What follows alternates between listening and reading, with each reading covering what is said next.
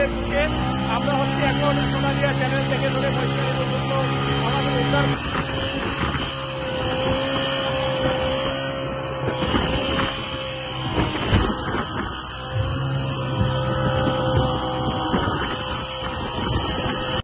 আমরা এই মুহূর্তে আছি উত্তাল সমুদ্রের বুকে। আমরা এখন সোনালিয়া চ্যানেল থেকে ধরে বৈষ্ণবী পর্যন্ত আমাদের উদ্ধার কাজ চলমান রয়েছে।